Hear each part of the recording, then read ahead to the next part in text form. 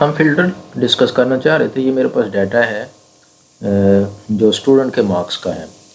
अब मैं चाह रहा हूँ कि इस टेबल में ए पे नेम के ऊपर फ़िल्टर लग जाए।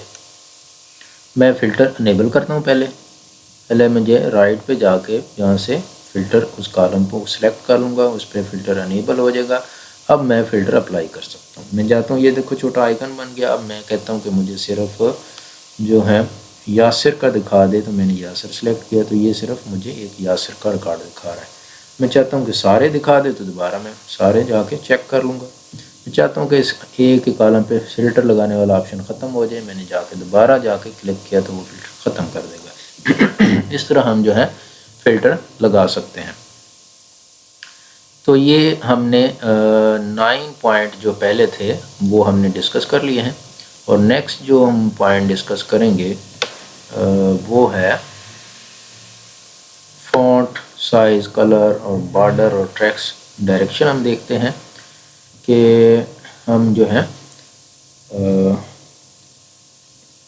यहाँ पे मैंने डाटा एंटर कर देता हूँ सेल पे इसमें। तो यहाँ पे मैं ऊपर जाके इसका फ़ॉन्ट जो है मैं अपनी मर्ज़ी से चेंज कर सकता हूँ। ये पहले मुझे सिलेक्ट करना होगा टेक्स्ट, और फिर मैं अपनी मर्ज़ी से इसका फ़ॉन्ट चेंज कर सकता हूँ। इसी तरह मैं इसका फ़ॉन्ट साइज़ भी रख सकता हूँ इस सेल का। साथ ये छोटा सा जो इंक्रीज़ फ़ॉन्ट वाला है उसमें क्लिक करता हूँ तो बड़ा भी हो जाएगा और छोटा भी हो जाएगा। ये हमने MS वर्ड में की थी। आप लोग अगर वो लेक्चर पहले देख लें तो आपको ये सारी चीज़ें ईजीली। मैं कलर जो है वो टेक्स्ट कर सकता हूँ, बोल्ड कर सकता हूँ, इटैलिक कर सकता हूँ, यू कर सकता हूँ। ये सारी चीज़ें मैंने MS वर्ड में बताई हैं। आप लोगों को रिकमेंड करता हूँ कि वो लेक्चर पहले से आप देखें। और फिर मैंने जो है कंट्रोल-Z करता हूँ। जो मैंने सारी चीज़ें की हैं वो फिनिश हो जाएंगी। क्यों नहीं हो रही? चलें, कंट्रोल-Z।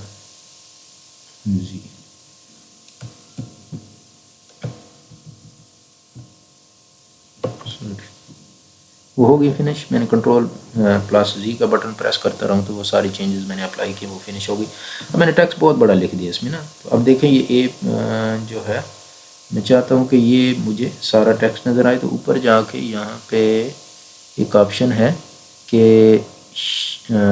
ये रैप टेक्स्ट। इसका मतलब है कि सेल इतना बड़ा हो जाए कि मेरा जो टेक्स्ट है वो पूरा सेल के अंदर आ जाए, यानी दूसरे सेल में ना जाना पड़े।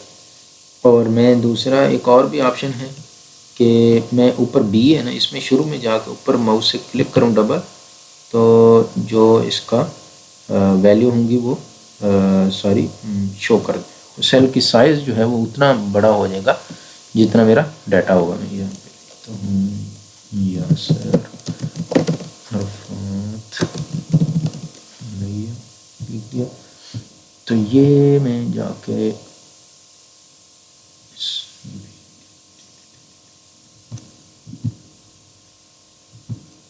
हाँ जी, मैं चाह रहा हूँ कि सेल उतना बड़ा हो जाए जितना मेरा ये टेक्स्ट है। ये यासिर अरफात लिया मैंने लिखा, तो ये जो सेल छोटा है डाटा ज़्यादा है। तो मैं अब B के राइट साइड पे जो लाइन है ना कॉलम की, उस पे ले गया तो ये सिंबल सी बन गई। अब मैं माउस से क्लिक करूँगा लेफ़्ट तो ये सेल बड़ा हो जाएगा, उतना बड़ा हो जाएगा जितना मेरा टेक्स्ट है।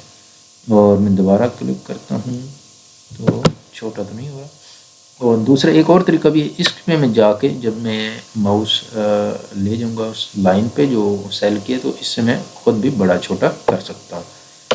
और या फिर अब मैं माउस से क्लिक कर दूँ तो उस तरीके से भी सेल का जो है वो बड़ा छोटा हो सकता है। और बॉर्डर अगर मैं लगाना चाह रहा हूँ टेक्स्ट का, मैं ये चाहता हूँ ये कॉलम जो है इसका बॉर्डर में लगा दूँ, तो यहाँ से जो सेल स्टाइल है ये मैं ये स्टाइल अप्लाई कर देता हूँ, या मैंने जो मर्ज़ी आप सेल स्टाइल कर सकते हो। ये अगर मैंने टेबल बनाया हुआ है, मैं कहता हूँ कि मैं इतना एरिया को पहले टेबल बना लेता हूँ। इतने को बनाने के लिए मुझे क्या करना होगा, इंसर्ट पे जाके यहाँ पे मैं क्लिक कर दूँगा टेबल। तो ये मेरा क्या बन गया, टेबल।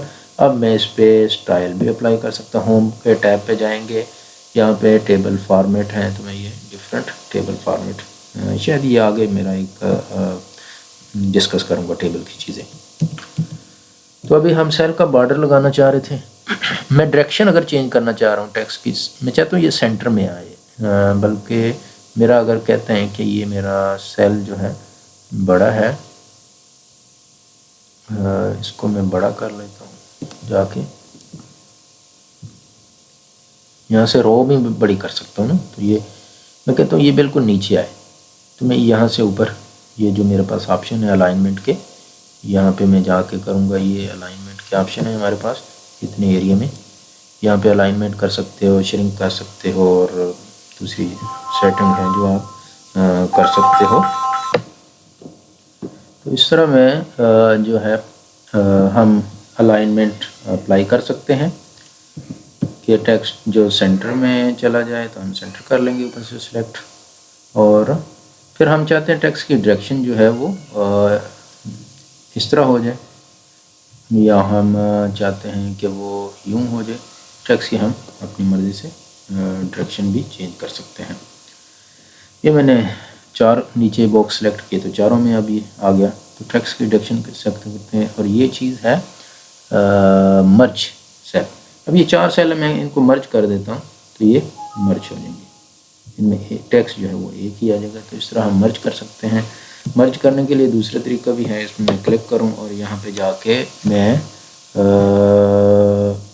फॉर्मेट सेल करूँगा, और फॉर्मेट में यहाँ पे नहीं बल्कि मर्ज सेल,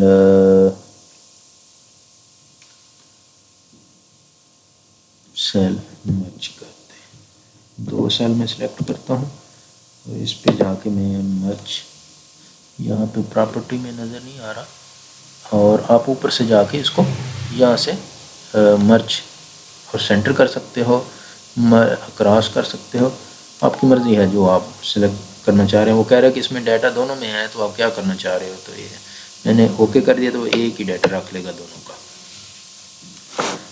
तो ये हमारा सेल मर्ज, मर्ज का मतलब होता है 2 सेल को आप मिला सकते हो। अगर मैं ख़त्म करना चाह रहा हूँ तो दोबारा जाके मुझे अनमर्ज पे मुझे क्लिक करना होगा, तो ये जो मर्ज वाला हुआ था काम वो ख़त्म हो गया। और इसने पहले जो है इसके बाद जो है हम नंबर फॉर्मेट जो है उसको देखते हैं कि नंबर फॉर्मेट क्या होता है। ये हमारे पास एक डाटा पड़ा हुआ है पहले से, मैं उस पर आपको चेक कराता हूँ कि नंबर हम कैसे कर सकते हैं। नंबर फॉर्मेटिंग, ये मेरे पास डाटा है और मैं चाहता हूँ कि ये 0 जो है ना 2 हो जाए, तो मुझे ये ऊपर नंबर फॉर्मेट का बॉक्स जो है, यहाँ पे अगर आप जाते हैं इस जगह, तो यहाँ पे देखें कि मैंने ये जो है इस पर क्लिक करता हूँ आइकन पे, तो 0 कम हो रही है, ज़्यादा हो रही है। और मैं दूसरी साइड पर क्लिक करता हूँ डिक्रीज डेसिमल पॉइंट, तो ये जो है वो कम कर दिए। ये मुझे कब काम आता है, मैं कहता हूँ कि मेरे पास 30.4 पॉइंट, मैं कहता हूँ कि बहुत इतना है सही। इसी तरह इसमें मेरे पास 45 पॉइंट है, मेरे पास काफ़ी बड़ी वैल्यू है। तो मैं क्या करूँगा, मैं करूँगा कि यार इसकी जो मुझे अशारिया के बाद 2 नंबर नज़र आए, मतलब ज़्यादा मुझे नज़र ना आए। अब ये ज़्यादा नज़र, मैं कहता हूँ अशारियत के बाद 1 वैल्यू तक दिखा दे, तो मैं ये डिक्रीज डेसिमल पॉइंटेड और ये काम कर लूँगा। अब ये जो मेरे पास नंबर है, मैं कहता हूँ कि मुझे ये परसेंटेज में नज़र आ जाए, तो मुझे इनकी परसेंटेज नज़र आ जाएगी। मैं कहता हूँ कॉमा के साथ सेपरेट हो जाए, मुझे कॉमा, मैं कहता हूँ इनके साथ डॉलर लग जाए, यूरो लग जाए, तो मैं डॉलर यूरो भी लगा सकता हूँ, ताकि अगर ये करेंसी है तो करेंसी का मैं सिंबल लगा दूंगा कि ये यूरो है या डॉलर है, ये मैं काम कर सकता हूँ। तो ये हमारा पॉइंट हमने डिस्कस कर लिया है कि हम font size, text direction, merge cell, number formatting, decimal places वाली। और नेक्स्ट हमारा जो पॉइंट है वो कंडीशनल फॉर्मेटिंग का है। कंडीशनल जो फॉर्मेटिंग है,